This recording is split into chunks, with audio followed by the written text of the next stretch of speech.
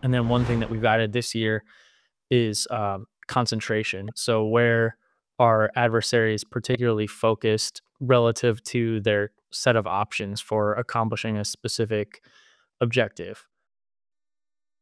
Welcome to the Talos Threat Perspective, a regular dive into the threats and topics that impact us all. On today's show, we're focused on the biggest cyber incident trends from 2024 using the MITRE ATT&CK framework. Now, over the past 5 years, Splunk's SURGe team have been looking at this data and analyzing it based on various open sources. So we're going to look at key attacker concentration areas and behaviors, as well as the top techniques which dominate the various tactics. Two of the SURGe team are joining me to break down the results, so stay tuned.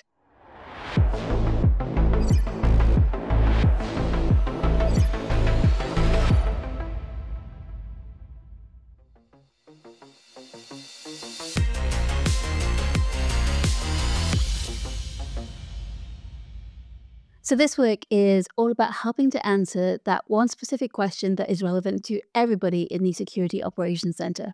Which threats do I prioritize? And there's many ways that you can go about answering that question. You can look at threat intelligence, you can do threat modeling, you can look at your critical assets and try to work backwards. And this tries to take a different approach by looking at the most common threats or what uh, some of the largest organizations are seeing in their actual threat reporting. So let's start with the 2024 big picture highlights. If you want a short list of the top techniques used by adversaries this year, what does that look like? So you're receiving obfuscated files or information, right? And that's still common and it's still very popular. And credential dumping is another big one that's continued to trend in all of those. And then the last one that I focus on, instead of just jumping on all of them, is you still see the command and scripting, right? And in the PowerShell or the Windows shell. And those are things that are really great for defenders to focus on. Rounding out the top 5 are system information discovery and ingress tool transfer. Now, based on compiled data, these techniques have been used on average in more than 20% of incidents over the past 5 years. In their blog, SURGe provides a really helpful list of questions to ask based on these top techniques, such as, are we collecting the data that provides visibility into these actions? Do we know what bad looks like in the context of our environment? And can we put in controls to mitigate these risks? And then one thing that we've added this year is concentration. So where are adversaries particularly focused relative to their set of options for accomplishing a specific objective? Yeah, so this is a really interesting part of the study, concentrated techniques. Or to put it another way, if an attacker has a plethora of options to choose from, what do they go for time and time again? Now, the very top concentrated technique for initial access is exploiting public-facing web applications. Now, we've certainly seen this a lot within Cisco Talos incident response engagements over the years. Also in the top 3 of concentrated techniques in the SURGe report are external remote services and valid accounts. Now, any regular watchers of the TTP will know that valid accounts has been steadily climbing the ranks this year in terms of the top initial access vector within Talos incident response quarterly trends reports. This year, it rose from an average of around 30% to 60% in terms of the initial access for all of those incidents. So I wouldn't be too surprised if next year valid accounts rises from that bronze medal position to silver or maybe even gold. Let's look now at some of the tactics that have withered slightly over the last couple of years and aren't being used quite as often as they used to. So in the early years of this study, which I think 2020 was the first year, there was a lot more focus on spear phishing as the initial access mechanism, and either through vector maturity or reporting maturity, like we've seen a lot more leveling out.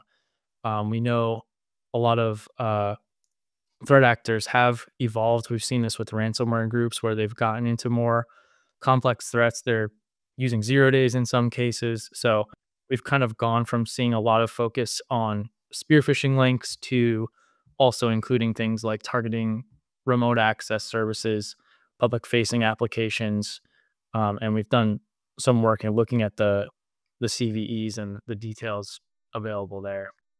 Now, it's obviously not the case that spear phishing has gone away. It's just that the options available to attackers now are more numerous. And as we've seen from Talos intelligence, there's a real blurring of the lines between what used to be solely in the warehouse of nation-state actors and cybercriminals. There's a lot of tool swapping going on, and if you see the double entendre in that, it was fairly deliberate. Now, this is a broad study. Every organization is different, every network is different. But what are some of the ways that defenders can actually use this data from the SURGe report? It gives a place and a chance for defenders to kind of look maybe in places they didn't think of as far as their detections, because we're already saying there's gaps. We all know there's gaps, and you're not going to know. But maybe there's things in here you can look through this and start saying, oh, you know what? We've never really looked this way. And I do know we have a couple things that this could be a possibility. Let me just look, because it's very easy to just kind of get focused on, because there's so much information and there's so much a defender has to do that you do sometimes get those blinders on. You're like, this is what I have to do because there's so much noise coming at me. You don't really think about this, but this is a way to help them maybe look, oh, let me just take a second here, because somebody's mapped it out a little bit for me to give me some stepping stones to help look and take a deeper look in areas I wouldn't have thought of. I would recommend doing more of like a holistic look at your defenses for each one of these techniques. How is your policy, your group policy, your logging? How are those things configured in your environment to mitigate the technique the best you can?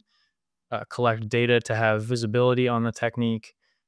Ideally, have some form of detection for the technique, and if that's not feasible, maybe look at a threat hunting approach or some kind of hybrid approach for addressing it.